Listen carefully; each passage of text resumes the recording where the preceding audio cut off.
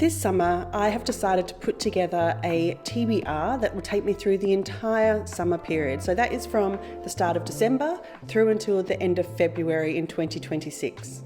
And the books that I've chosen are those books that I'll be reading on sunlit decks, in the pool, by the pool, on shady park benches, on steamy trains commuting into the city. These are books that I think will be perfect for the summer season. Now, I know a lot of you are in the Northern Hemisphere that watch my videos, and I asked you a while ago if you were interested in the seasonal content based on where I am, which is in Australia, and you said yes, go ahead and share it. It doesn't matter if I'm not sharing winter reads or whatever, because that's the season you're in.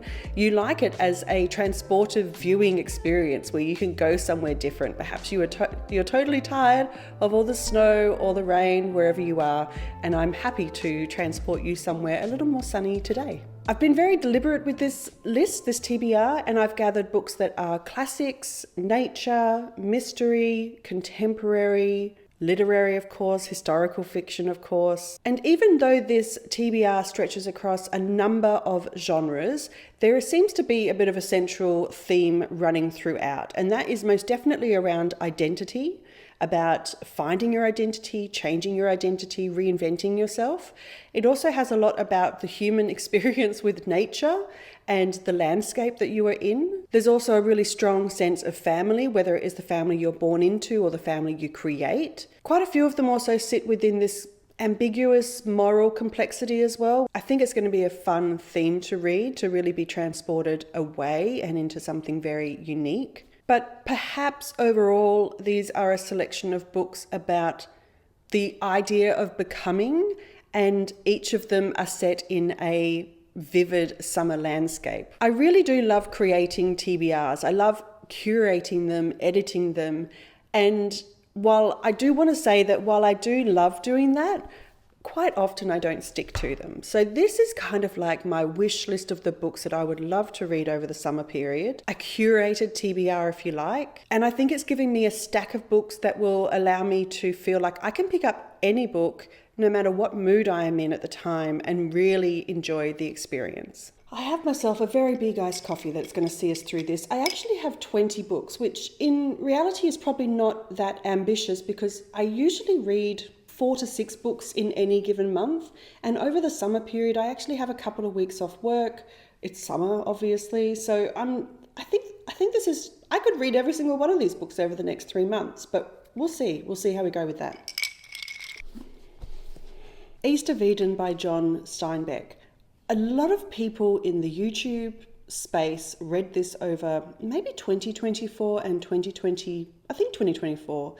And I didn't hear anything bad about it. It is obviously an American classic, and my understanding is that this is almost a retelling of the story of Cain and Abel, and it's going to have a lot of complexity around family, who you are, how you see yourself and how others see you, I think.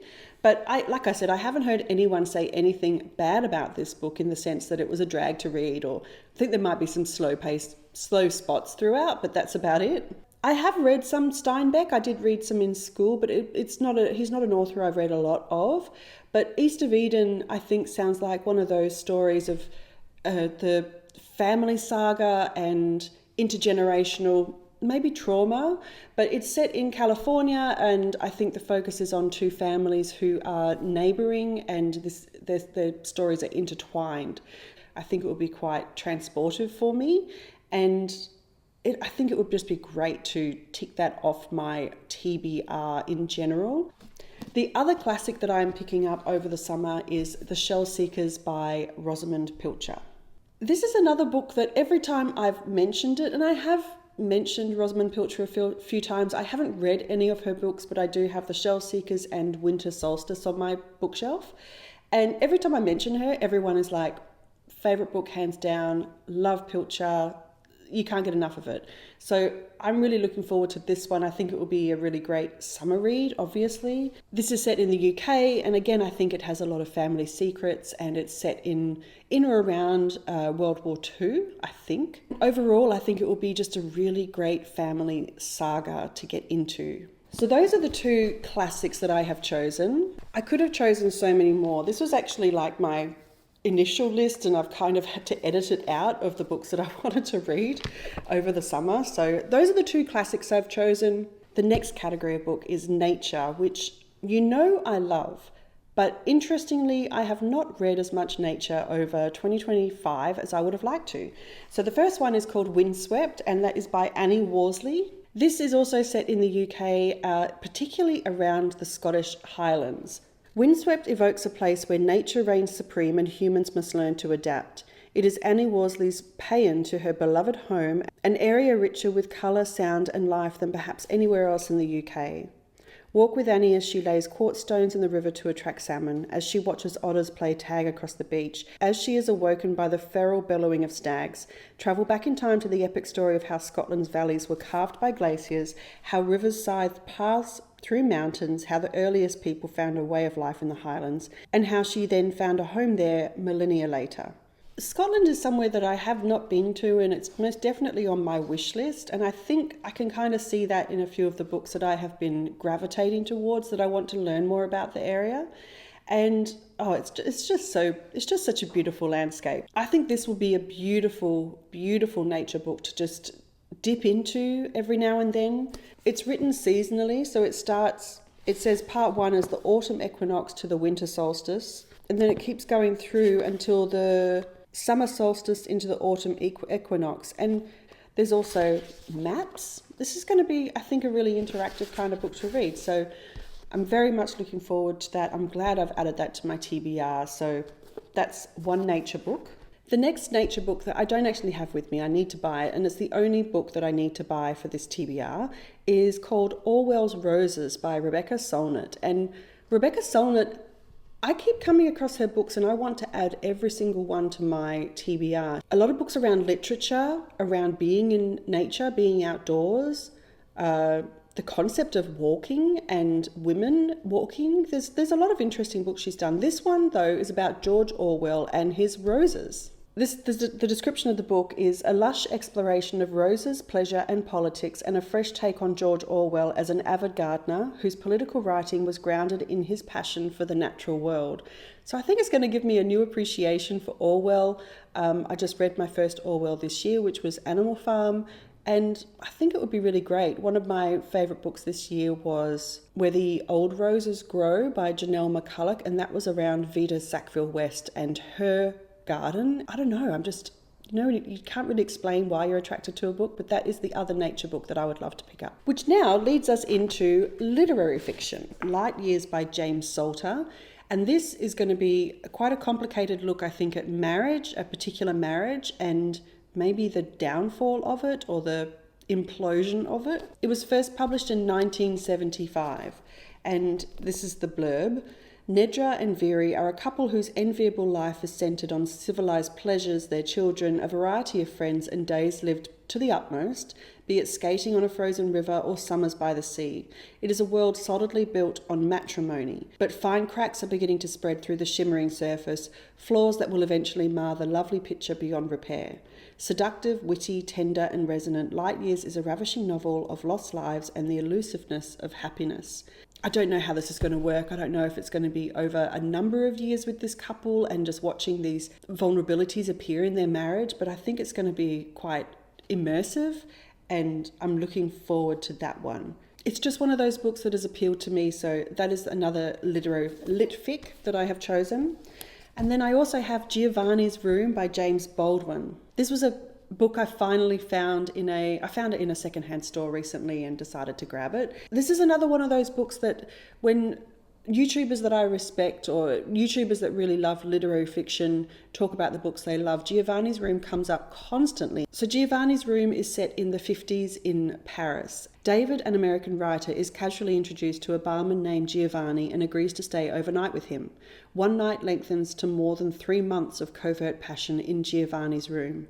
As he waits for his fiancée to arrive from Spain, David stares at the wallpaper decoration, at the man and woman on the wall who walk together among roses, idealising his planned marriage while tragically failing to see Giovanni's real love.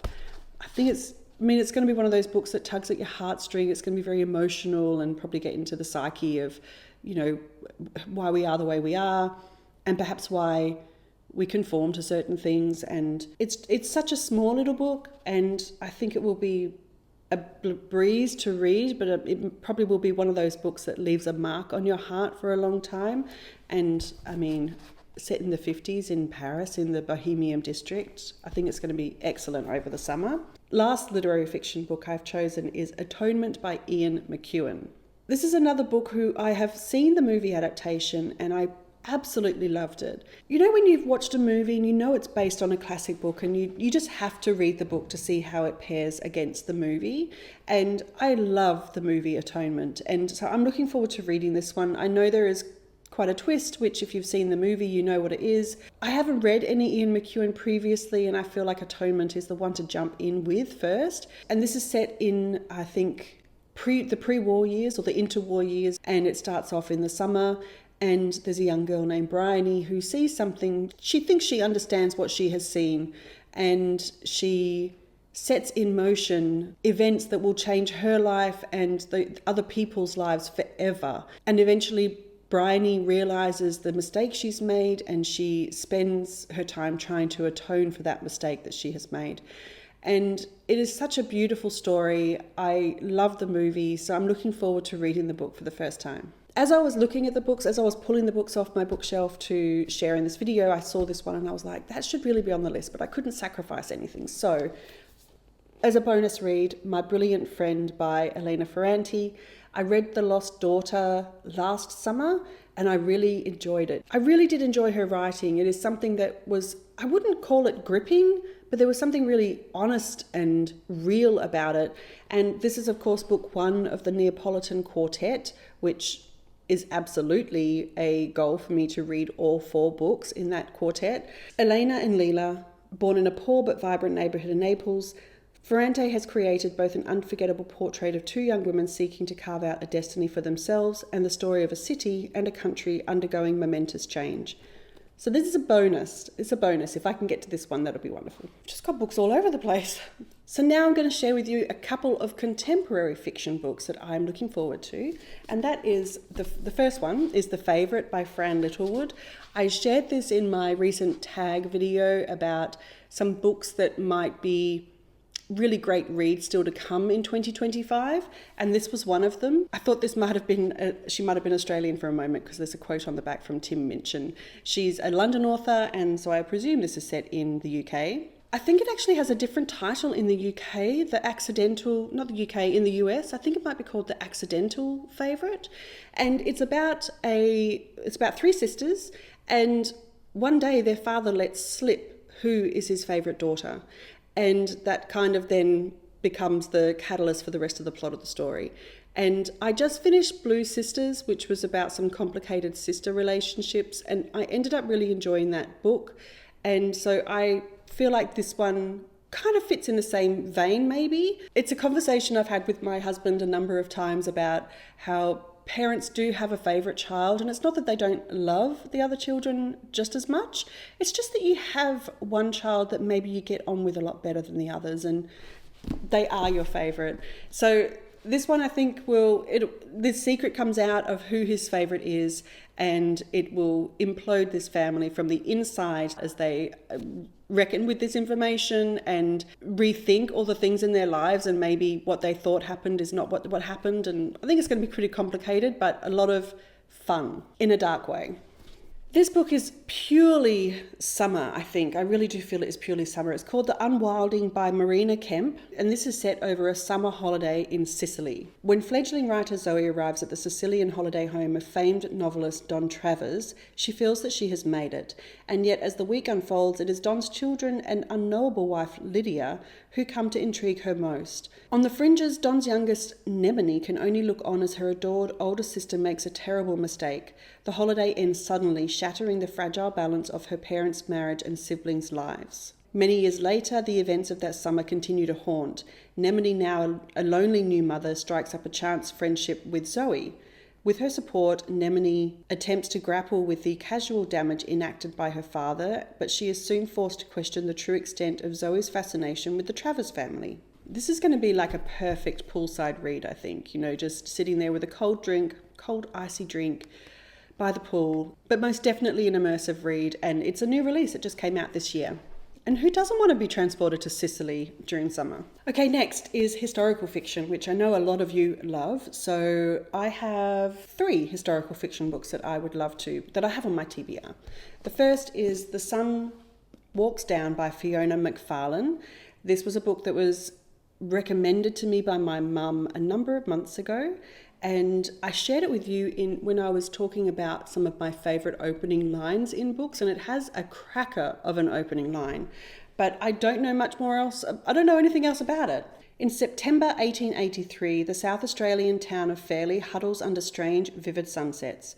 6-year-old Denny Wallace has gone missing during a dust storm, and the whole town is intent on finding him. As they search the desert and mountains for the lost child, the residents of Fairlie, newlyweds, landowners, farmers, mothers, artists, Indigenous trackers, cameleers, children, school teachers, widows, maids, policemen, explore their own relationship with the complex landscape and unsettling history of the Flinders Ranges. That just sounds great. A number of perspectives. 19th century Australia is such a great era to read about. The hard yards Australians went through in that period of time is just fascinating. So this is most definitely one on my TBR for historical fiction. Next, I have The Dutch House by Anne Patchett, and I know a number of you have been saying that I should read this, and I'm going to read this summer. It doesn't actually have what the book's about on the back. Set over the course of 5 decades, The Dutch House is a dark fairy tale about 2 smart people who cannot overcome their past. It's the story of a paradise lost, a tour de force that digs deeply into questions of inheritance, love and forgiveness, how we want to see ourselves and who we really are. It is filled with suspense, and you may want to read it quickly to discover what happens, but it will stay with you for a long time. The Dutch House by Anne Patchett. I don't think I've read one of her novels, so this is another, there's a number of authors on here that have been on my wish list for a while, and so I think that'll be a fantastic read, again with that intergenerational saga. So this is definitely one for historical fiction. The Guernsey Literary and Potato Peel Pie Society by Marianne Shaffer and Annie Barrows. I don't think many of you need an introduction to this book. It's been around for a while. I think it's beloved by a lot of people. And again, a lot of these books seem to be set around similar times. A moving tale of post-war friendship, love and books. The Guernsey Literary and Potato Pile... This is such a tongue twister. The Guernsey Literary and Potato Peel Pie Society is gloriously honest, poignant and funny, a book to fall in love with. So I think this will be a great palate cleanser. I've got some heavy hitting books, and I think this would be a good palate cleanser in between them. So that is the last of the historical fiction books that I have chosen for my TBR. Now, in 2025, I started to realise that I like magical realism. So I've chosen 2 books with magical realism as a genre throughout, and the first is The Life of Pi by Yann Martel, and I've had this on my bookshelf for a while. I bought it secondhand for $2 from somewhere. I have never seen the movie. I have avoided the movie because I want to read the book first. I think it would be really fun to read. After the tragic sinking of a cargo ship, one solitary lifeboat remains bobbing on the wild blue Pacific. The only survivors from the wreck are a 16-year-old boy named Pi, a hyena, a zebra with a broken leg, a female orangutan, and a 450-pound Royal Bengal tiger. The scene is set for one of the most extraordinary works of fiction in recent years. If there's some other heavier themes that I've been reading, this might be something to help just clean that palette a little bit. I'm really excited looking at some of these books. So The Life of Pi is a magical realism choice. And another is The Mermaid of Black Conch by Monique Roffey. This is a book that's in this Vintage Earth series from Penguin. There's 8 books within this series that they've published. Vintage Earth is a collection of transformative novels brimming with the power and beauty of the natural world. Each one is a work of creative activism, a blast of fresh air, a seed from which change can grow. Discover great writing on the most urgent story of our times. And I have read The Man Who Planted Trees. I do have The Wall by Marlon Haushofer. It has a number. The Overstory from Richard Powers, Solar by Ian McEwan. There's a ton of them, and I don't know, I just kind of feel like that would be a great project to maybe read them. But anyway, The Mermaid of Black Conch. It seems to be based on a bit of a fable, but it says that On a quiet day near the Caribbean island of Black Conch, a mermaid raises her barnacled head from the flat grey sea. She is attracted by David, a fisherman waiting for a catch, singing to himself with his guitar. Ikea, the mermaid, has been living in the vast ocean alone for centuries. When Ikea is caught and dragged ashore by American tourists, David rescues her with the aim of putting her back in the ocean. But it is soon clear that the mermaid is already transforming into a woman. This is the story of their love affair, of an island, and of the great wide sea. So this is another book with magical realism that I think will be really transportive, and I think it will kind of round out my TBR a little bit. I saw a line about it that it says that it's for readers drawn to a lyrical and melancholic storyline about the clash of myth and humanity, but a love story with a difference. Which now leads me into a couple of mysteries that I have, and the first one is Double Indemnity from James M. Cain. I read another one of his books a couple of years ago, which was Mildred Pierce, and I thoroughly enjoyed it, and it was a great summer read. This one is teeny tiny, and this again is, I've avoided watching the movie adaptation because I want to read the book first. But James M. Cain is a little bit of like, he was the John Grisham of his time, I guess. He was really, a lot of his books were adapted for film noir in the golden age of Hollywood. Double Indemnity is the classic tale of an evil woman motivated by greed who corrupts a weak man motivated by lust. Walter Huff is an insurance investigator like any other until the day he meets the beautiful, dangerous Phyllis Nerdlinger and falls under her spell. Together they plot the perfect murder. Thoroughly looking forward to this one. The Talented Mr. Ripley by Patricia Highsmith. The Talented Mr. Ripley is one of my favourite films of all time. Of course, you know that the book is generally better than the movie, so I'm interested to see if that happens. I have not watched the new adaptation that was done by Netflix, I think earlier this year, if not late in 2024. But anyway, The Talented Mr. Ripley is, of course, about Tom Ripley, who is a university student or a graduate who is just a chameleon and fits himself into other people's lives, and eventually things take a turn for the worse and he starts to take on those lives and reinvent himself. It is, of course, set in Europe over the summer, and there's going to be a lot of tension in it, which I'm looking forward to. It's just one of those books that has been on my wish list for a long time to read, and I haven't read Patricia Highsmith before. One of the blurbs on the back says, precisely plotted, stylishly written, and kept alert by an icy wit. Street ahead of the conventional thriller, a cool little classic of its kind. This one's going to be a fun one to read, and I can't wait to get to it. And this was a book that I picked up on a whim in a bookstore, and as I read more and more about it, I thought it sounded like a fun read.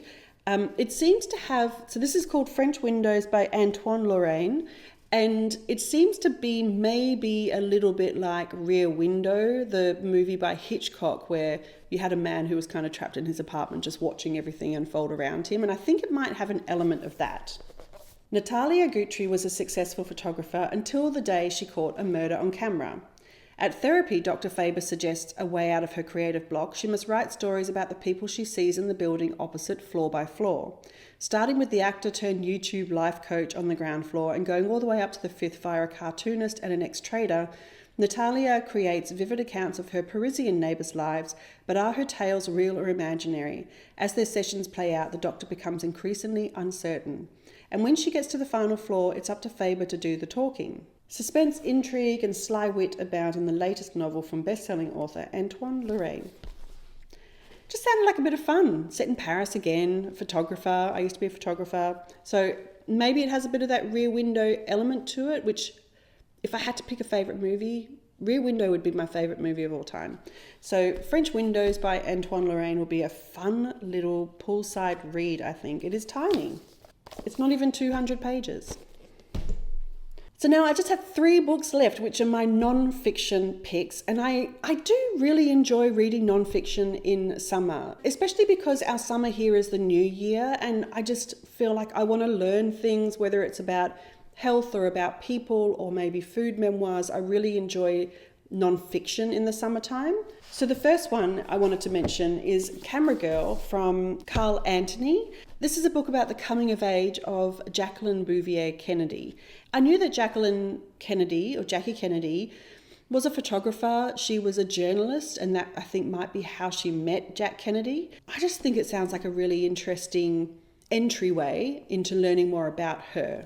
An illuminating new biography of young Jackie Bouvier Kennedy that covers her formative adventures abroad in Paris, her life as a writer and photographer at a Washington, D.C. newspaper, and her romance with a dashing, charismatic Massachusetts congressman who shares her intellectual passion. I think it's going to be a really interesting read. And yes, I fell in love with the cover, and I'm really looking forward to reading this. I don't think I've read much about this period of her life, and I think it would be really interesting to try and understand what her hopes and dreams were before the hopes and dreams of her husband and the Kennedy clan and as a unit became her future dreams and plans as well.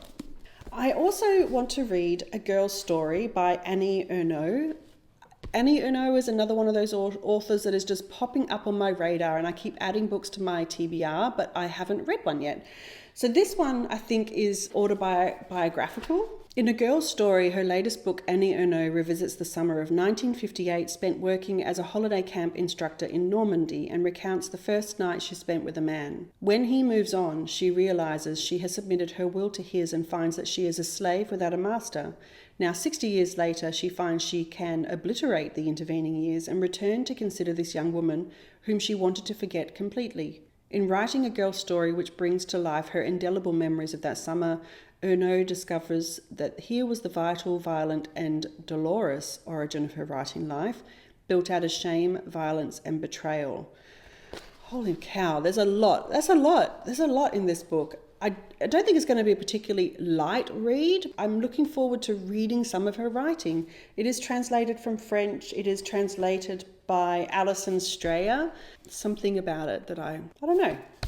And then the last book, which I've prattled on about for a while, is Queen James by Gareth Russell.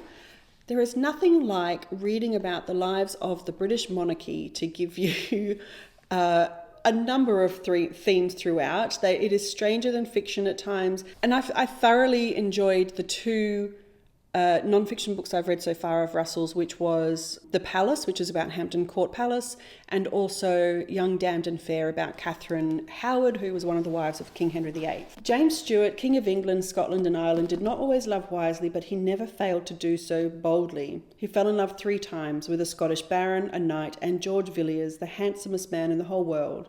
He was infatuated 3 more times with a Highland earl, a Welsh lord and an English spy. Beginning with the brutal and mysterious murder of his father in 1567, James's life encompasses kidnapping, witchcraft trials, torture, his mother's beheading, poison, political radicalism, religious fundamentalism, a queen's alleged abortion, passionate sex, strong love, stronger hate, espionage, brothels, and a decade-long love affair that ended in assassination. Russell's books really they have such a good narrative throughout that you don't feel you're just reading information on information. It creates almost like a plot throughout. So I'm looking forward to ending the summer knowing a lot more about King James than I knew, which is not a lot, to be honest with you. I know more about his mother and about Queen Elizabeth I, who was the monarch preceding him. This will be fascinating to read. So that is my summer TBR. It is a little ambitious. It is a little bit epic at times, but I've got a good mix of books. I've got small books, big books, books that are heavy in the content, books that are a little bit lighter, and I don't know. I mean, like I said, this is a curated list of books that I am looking forward to getting to, and I will try and reach for a book from this pile before going elsewhere. How wonderful being able to shop your own shelf. Like, there's only one book that I need to buy, and the rest of these, sure, some of them I bought in the last couple of months, but that's maybe 4 books. I'm excited. I've got a lot of books here that I think will keep me engaged over the summer. And then towards the end of my summer, I'll be able to share the books that I read over my summer, and you will have it in your spring almost to be able to hopefully pick up a couple of recommendations in your summer. I think that's how this is going to work. So thank you so much for joining me. I would love to hear if there are any books in this pile that you love, like if you would recommend them to me. Perhaps there is another book that you would recommend as a peak summer recommendation. I'd love to hear that as well, and it's always such great recommendations in the comments. But as always, thank you so much for joining me. Have a wonderful week of reading ahead, and I'll speak with you later. Bye.